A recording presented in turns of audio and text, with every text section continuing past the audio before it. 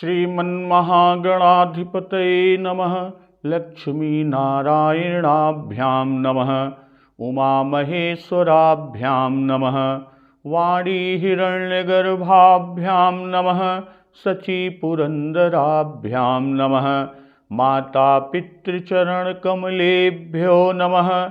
इष्टदेवताभ्यो नमः। कुलदेवताभ्यो नमः। ग्रामदेवताभ्यो नमः। स्थानदेवताभ्यो नमः। वास्तुदेवताभ्यो नमः।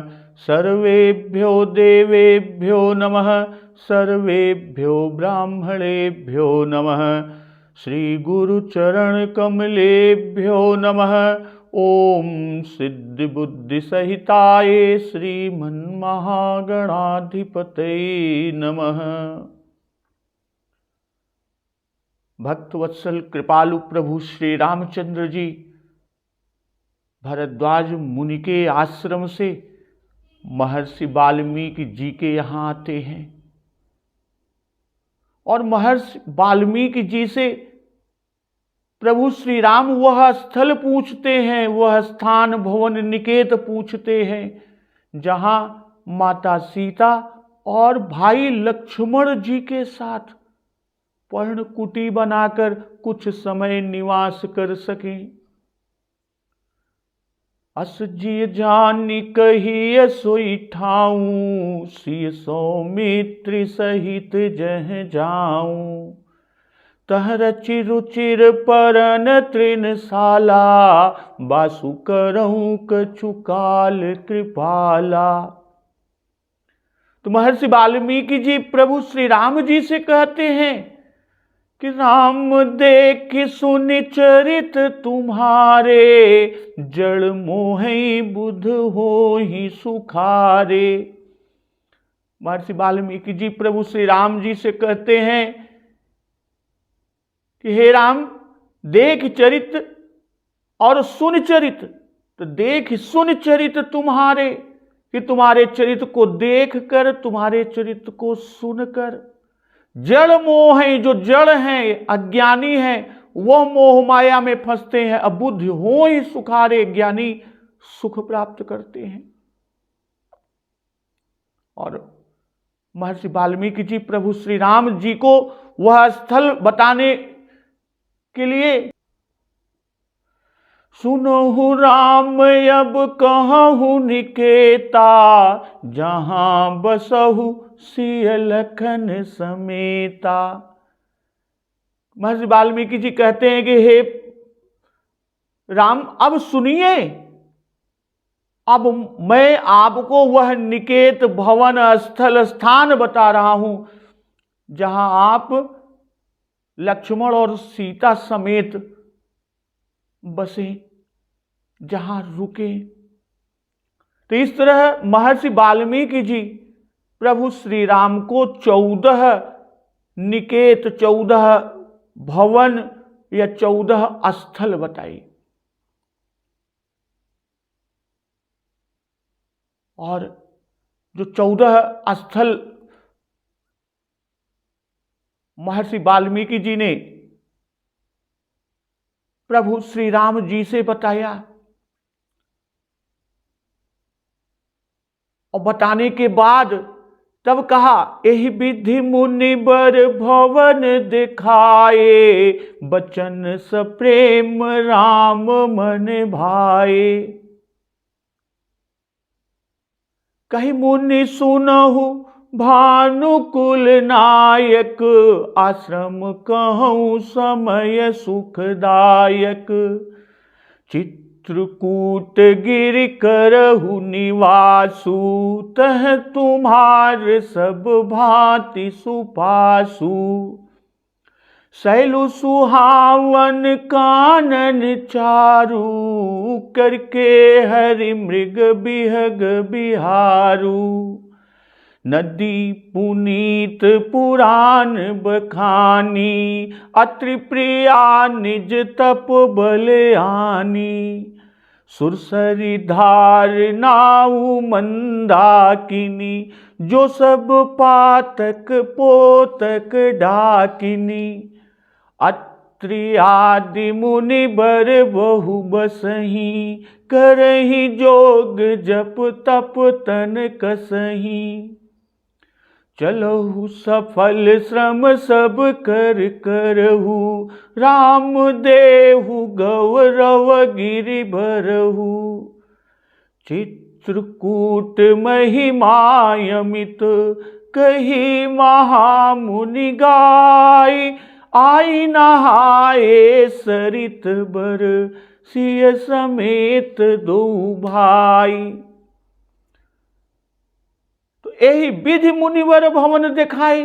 भाई मर्यादा पुरुषोत्तम प्रभु श्री राम ने मर्यादा की रक्षा करते हुए महर्षि वाल्मीकि जी द्वारा बताए गए इन भवनों के विषय में कुछ नहीं कहा, कुछ कहा ही नहीं। नर लीला कर रहे हैं, नर नाट्य कर रहे हैं, इसलिए नर लीला को सार्थक करते हुए प्रभु श्री राम चुप रहे। किंतु क्या महर्षि की प्रार्थना व्यर्थ चली गई? क्या महर्षि के दिखलाए भवन प्रभु ने स्वीकार नहीं किए? नहीं नहीं, बिल्कुल नहीं, ऐसा नहीं है। क्यों? क्योंकि मौनम स्वीकार लक्षणम। भाई चुप रह जाना स्वीकार कर लेने का चिन्ह है। और इतने पर भी आपको संतोष यदि किसी को ना हो तो मानस के चारों वक्ता तो कह ही रहे हैं कि बचन सप्रेम राम मन भाए। और महर्षि वाल्मीकि जी के ये प्रेम पूर्ण वचन श्री रामचंद्र जी को पसंद आ गए। इससे अधिक स्वीकृति के लिए और चाहिए ही क्या? और क्या चाहिए?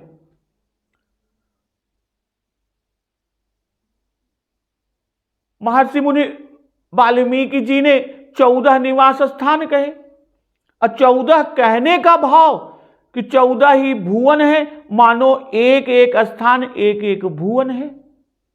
14 वर्ष वन में रहना है या धर्म के निवास स्थान 14 माने गए हैं, या दूसरे रूप में कहें तो संपूर्ण विद्याएं 14 हैं। भाई 14 विद्याएं हैं, इससे 14 कहे। तो भक्तों के भजन के प्रकार में भेद है। भाई जितने भी भक्त हैं उनके भजन के प्रकार में भेद है। सब अलग अलग प्रकार से भजन जप तप आदि करते हैं, इसलिए भक्ति के 14 भेद माने गए। और सभी भक्त इन 14 भुवन में से, 14 स्थल में से किसी एक या एक से अधिक के अनुयायी हैं। इन्हीं भक्तों के प्रीत्यर्थ श्री राम जी शरीर धारण करके उनकी अभिलाषा पूर्ण करते हैं, उन्हीं के लिए नरनाट्य कर रहे हैं। वास्तव में भगवान की भक्तों के साथ क्रीड़ा ही सगुण लीला है। तो कह मुनि सुनहु भानुकुल नायक, आश्रम कहूं समय सुखदायक। तो महर्षि वाल्मीकि जी कहने लगे कि हे सूर्य कुल के स्वामी, भानुकुल नायक, सूर्य कुल के स्वामी, सुनहु, सुनिए, आश्रम कहूं समय सुखदायक, कि सुनिए अब मैं समय के अनुसार सुखदायक निवास स्थान बताता हूं। चित्रकूट गिरि करहु निवासु, तह तुम्हार सब भांति सुपासु।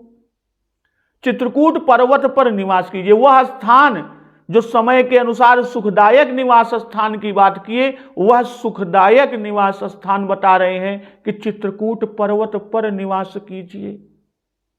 तह तुम्हार सब भांति सुपासु, और वहां आपके लिए सब तरह का सुपास है, यानी हर व्यवस्था वहां हो जाएगी। शैल सुहा, अब उसके बारे में बता रहे हैं सुपास के, कि शैल सुहावन कानन चारु, करके हरि मृग बिहग बिहारू।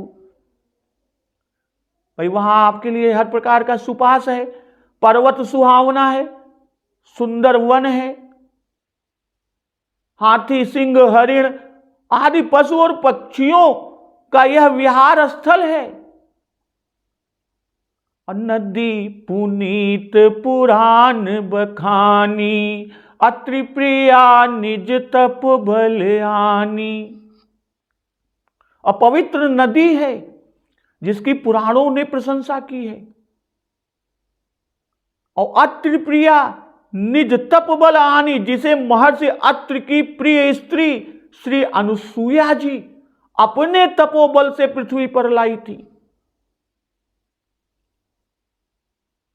तो मुनि ने पहले उन भक्तों के हृदय में वास करने को कहा जो 14 स्थल बताए, 14 भुवन या निकेत बताए, जिनकी एक एक इंद्रिय और वह कोई भी अंग प्रभु के रूप गुण या चरित्र में लगा है। या तो इंद्रियां लगी हैं या शरीर के अंग प्रभु के रूप गुण या चरित्र किसी न किसी में लगा है। और हृदय में वास करने को कहना यह ऐश्वर्य कथन। अभी तक ऐश्वर्य स्वरूप के लिए स्थान बताया, कौन? महर्षि वाल्मीकि जी। किसे? प्रभु श्री राम जी से। अब माधुर्य स्वरूप के योग्य स्थान बता रहे हैं। अभी तक तो ऐश्वर्य स्वरूप के लिए बताया, अब माधुर्य स्वरूप के लिए स्थान बता रहे हैं। इसी से भानुकुल नायक संबोधन दिए। जैसे ऐश्वर्य स्वरूप के लिए निवास स्थान कथन समय राम संबोधन किया था कि सुनहु राम अब कहूं निकेता,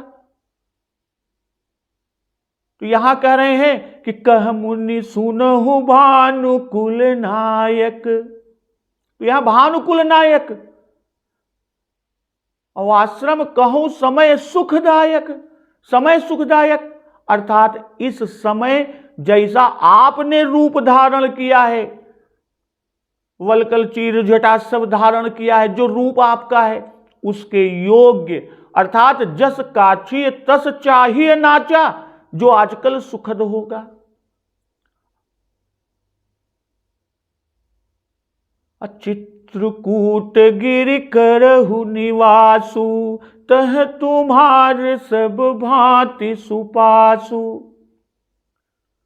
कि आप चित्रकूट पर्वत पर निवास कीजिए, वहां आपके लिए सब प्रकार का सुपास है, सब प्रकार की सुविधा है।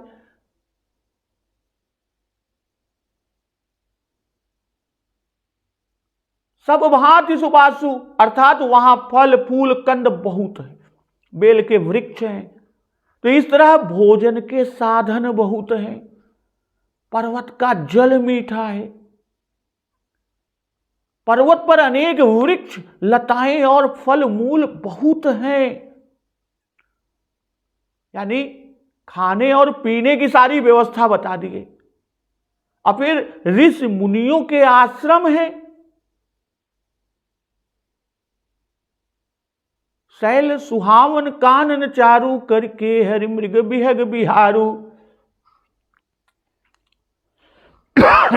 श्री राम श्री राम। अब बड़े बड़े हाथियों और मृगों के झुंड वहां घूमा करते हैं। कोकिल और मयूर आदि की सुंदर ध्वनि सुनाई पड़ती है। तो वह पर्वत बड़ा पवित्र और रमणीय है। किस पर्वत की बात कर रहे हैं? चित्रकूट गिरि करहु निवासु। चित्रकूट पर्वत पर वहां दुष्ट लोग नहीं रहते, वह बड़ा ही सुखकर स्थान है। तो यहां सुखपूर्वक रह सकेंगे। और किसी ऋतु में कोई कष्ट, यानी कोई भी ऋतु हो, ग्रीष्म शरद वसंत, किसी भी तरह का ऋतु हो। और यही बात आगे कोल किरातों ने भी कही है कि यहां सकल ऋतु रहब सुखारी। अब मृगया आदि के लिए भी सुपास है, सुविधा है। असैलु सुहावन कानन चारु, करके हरि मृग बिहग बिहारू।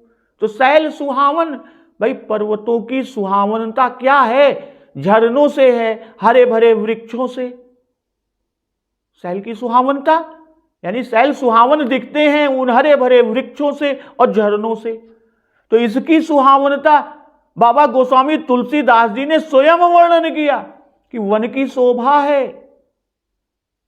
शैल सुहावन कानन चारु, कि सुंदर वन है।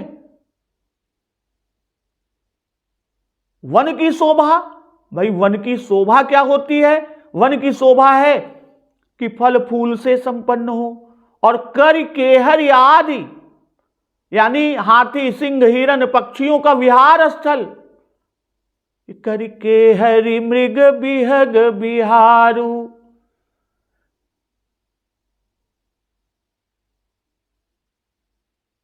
सब उसमें विहार करते हैं, अर्थात सब बिल्कुल निश्चिंत होकर, किसी एक दूसरे का भय नहीं।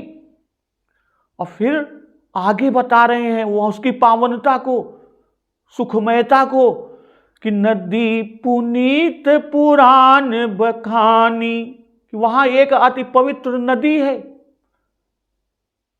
जिसकी पुराणों ने प्रशंसा की है।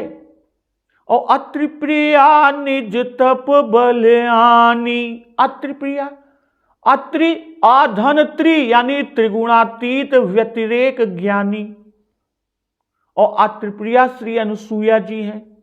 अनुसूया अन धन असूया, अर्थात जिनमें असूया की गंध भी नहीं है। कहने का भाव कि जो जीव त्रिगुणातीत होता है उसकी बुद्धि रूपणी स्त्री भी अनुसूया यानी असूया रहित होती ही है। और कहते हैं कि अत्रि प्रिया निज तप बलयानी, श्री अनुसूया जी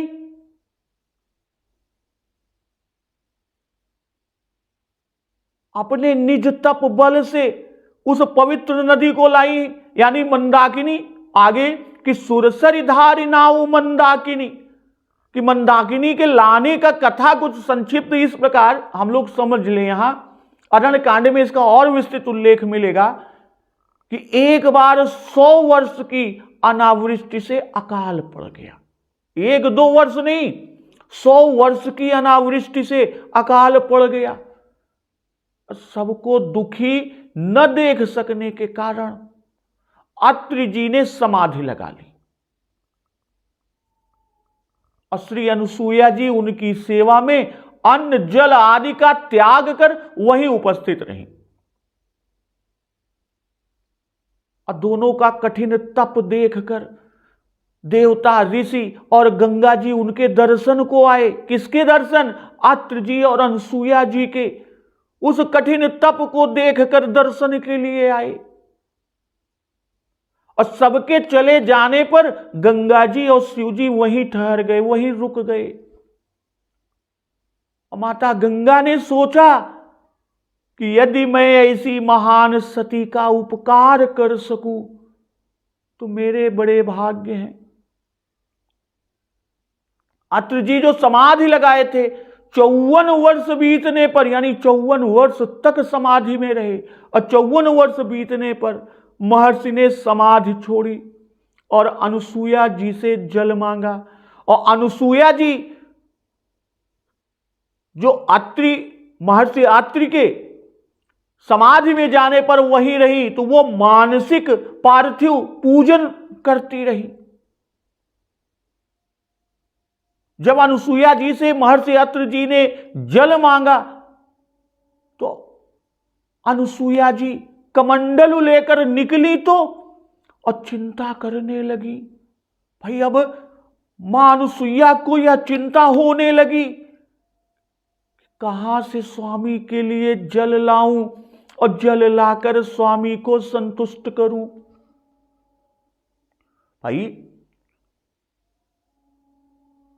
100 वर्ष की अनावृष्टि से तो अकाल पड़ गया था, जल मिले तो कहां से मिले, और कहां से जल लाऊं और स्वामी को संतुष्ट करूं।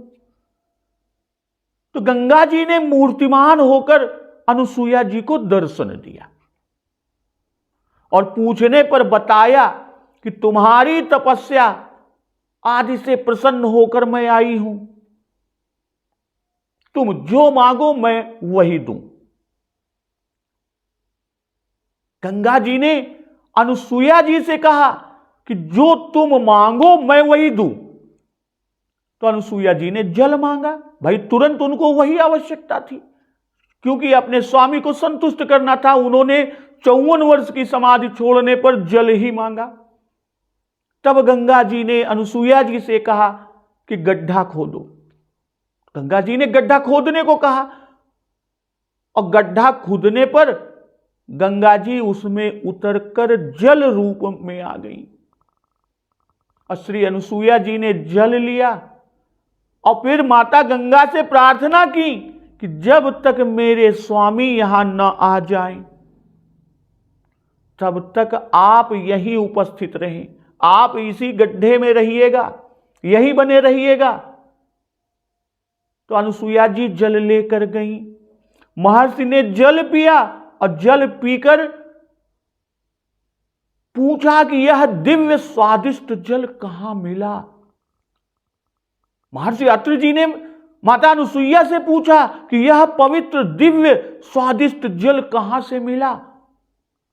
तो माता अनुसुईया ने सारा वृत्तांत महर्षि अत्रि जी को सुनाया। तो सारा वृत्तांत सुनकर महर्षि अत्रि ने आकर कुंड और गंगा जी का दर्शन पाकर प्रणाम किया और स्तुति करके प्रार्थना की। कौन?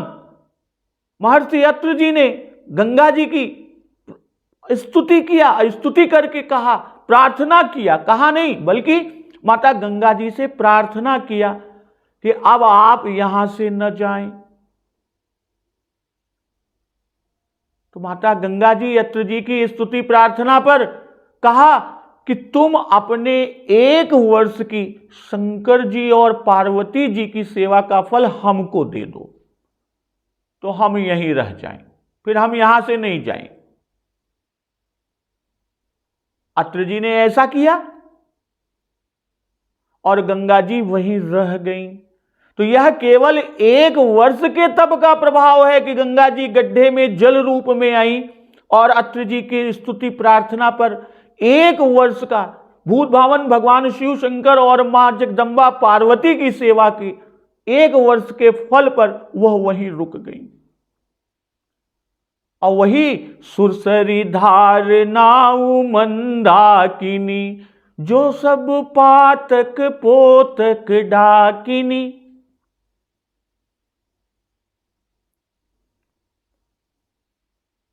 यह गंगा की एक धारा है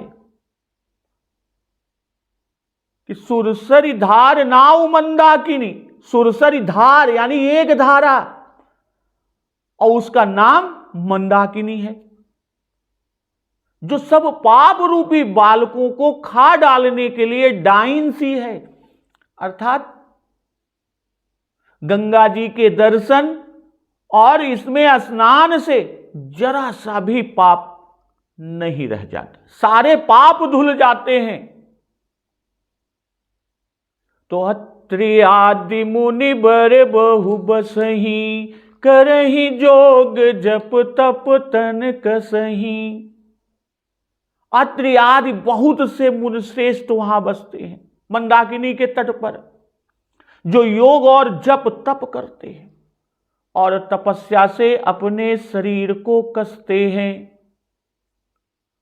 तो चलहु सफल श्रम सब कर करहु राम देहु गौरव गिरि बरहु। तो हे राम चलिए आज सबके परिश्रम को सफल कीजिए। महर्षि वाल्मीकि जी प्रभु श्री राम से कह रहे हैं, हे राम चलिए और सबके परिश्रम को सफल कीजिए और इस गिरि श्रेष्ठ को भी गौरव प्रदान कीजिए, उन्हें गौरव दीजिए। तो चित्रकूट महिमा अमित कही महामुनि गाई आई नहाए सरित बर सिय समेत दो भाई। तो महामुनि वाल्मीकि जी ने चित्रकूट की असीम महिमा बखान कर कही।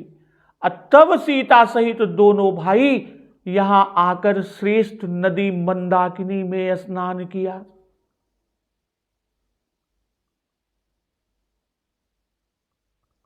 तो सुरसरी धार नाउ मंदाकिनी जो सब पातक पोतक डाकिनी।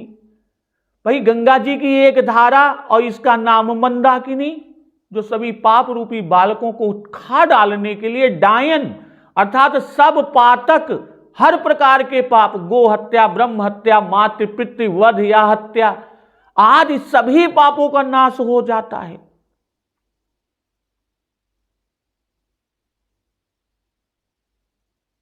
बालक की उपमा देने का बाबा गोस्वामी तुलसी जी ने जो बालक की उपमा दिया,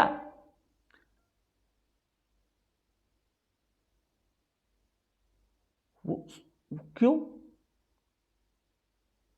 उसको देने का भाव कि नए पैदा हुए बच्चों के मारने में परिश्रम नहीं होता।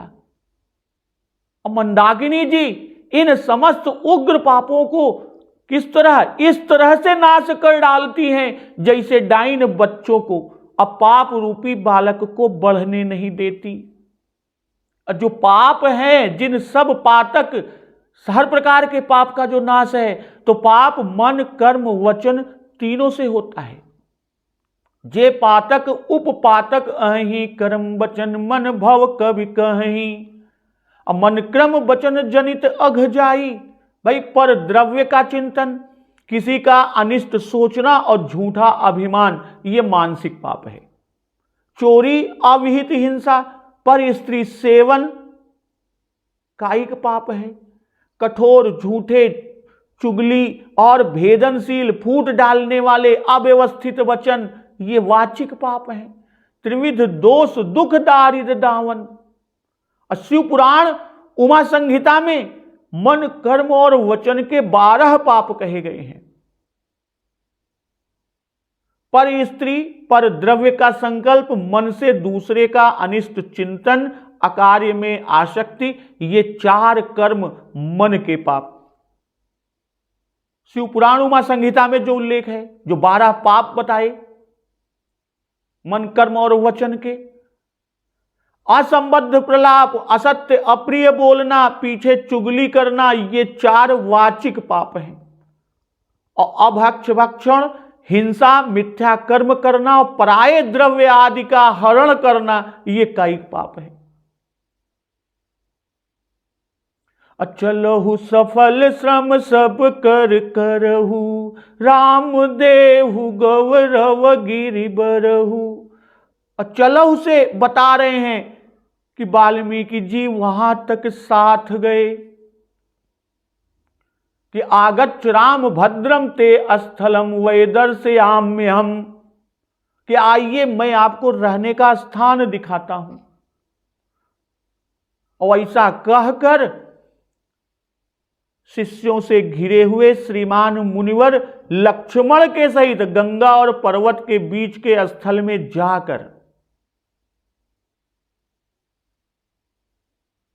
असफल श्रम सब कर करहु, कि सब ऋषियों को जो वहां तपस्या कर रहे हैं उनको दर्शन दीजिए और दर्शन देकर सफल कीजिए उनके तप या तपस्या को। श्री सीता राम लक्ष्मण के दर्शन से समस्त साधन सफल होते हैं।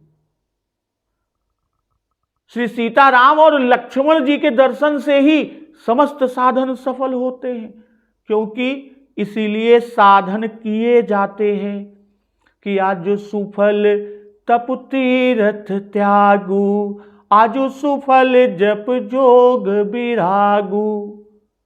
और फिर आगे भी उल्लेख है कि सफल सकल शुभ साधन साजू, राम तुम ही अवलोकत आजू।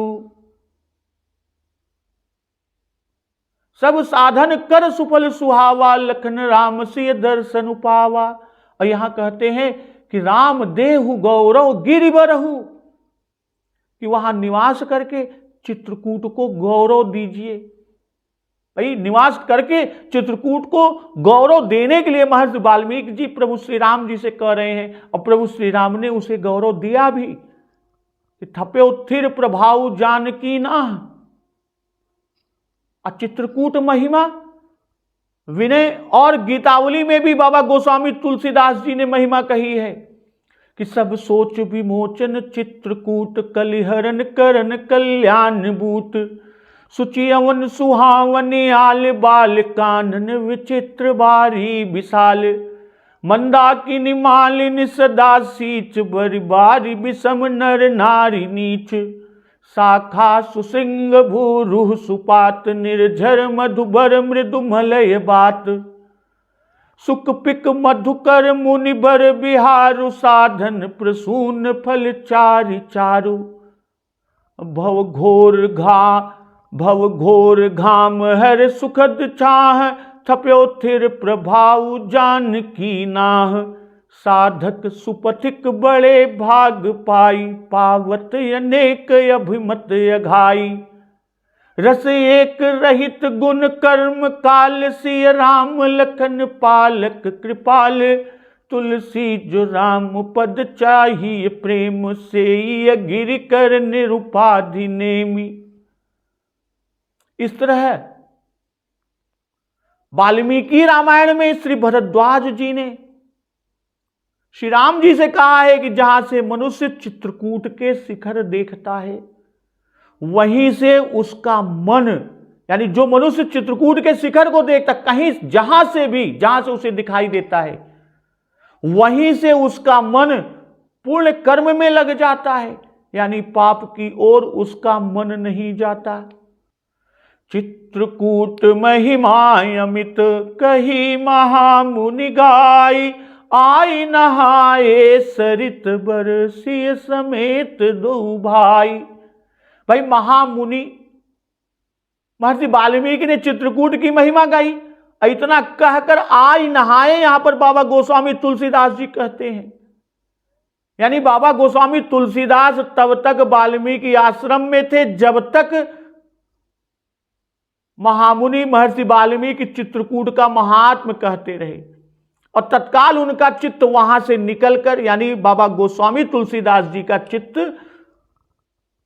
वाल्मीकि आश्रम से निकलकर चित्रकूट में भगवान के आगमन की प्रतीक्षा करने लगा। अब भगवान को आते देखा, इसलिए कह रहे हैं कि आई नहाए। बाबा गोस्वामी तुलसीदास जी का चित्त चित्रकूट में होने से प्रणाम आदि करते बाबा गोस्वामी तुलसीदास जी ने नहीं देखा, इसी से लिखा भी नहीं। चले राम लक्ष्मण मुनि संगा, गए जहां जग पावनी गंगा। अब मुनि पद कमल नाई कर सीसा, चले बनहि सुर नर मुनीसा।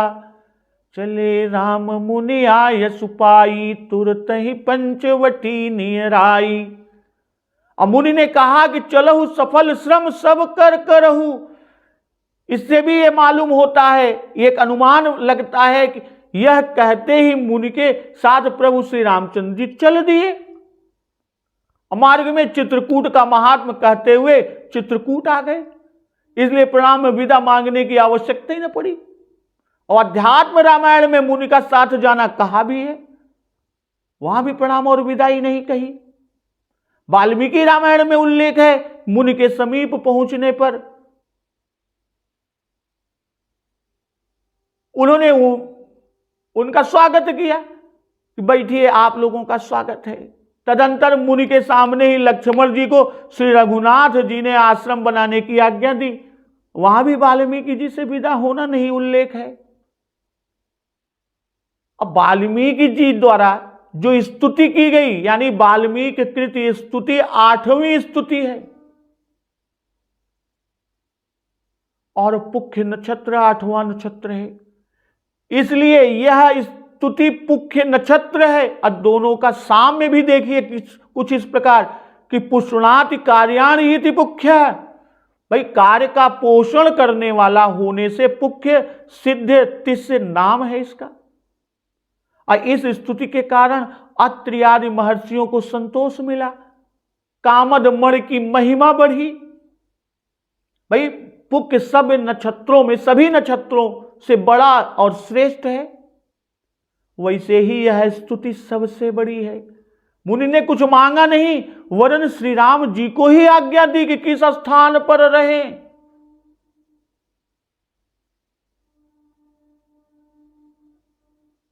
महर्षि वाल्मीकि जी कि सुनहु राम यब कहूं निकेता, जहां बसों सिय लखन समेता।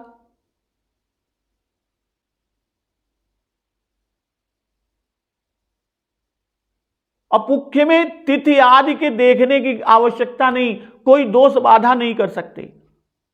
कोई भी दोष पुख्य नक्षत्र में बाधा नहीं कर सकते, इसलिए तिथि आदि देखने की आवश्यकता ही नहीं है। अब मुनि ने ऐसा स्थान बताया जहां कुछ भी बाधा ना हुई। पुख्य में 3 तारे हैं, राम लक्ष्मण सीता जी भी 3 हैं। पुख्य का आकार बाण सा, और इस स्तुति में श्री राम लक्ष्मण जानकी के तात्विक स्वरूप का भेद लक्ष्य भेद मुनि वचनों से हुआ। और पुख्य नक्षत्र का देवता वाकपति है, और इस स्तुति के मुख्य देवता श्री राम जी जो गिरापति हैं।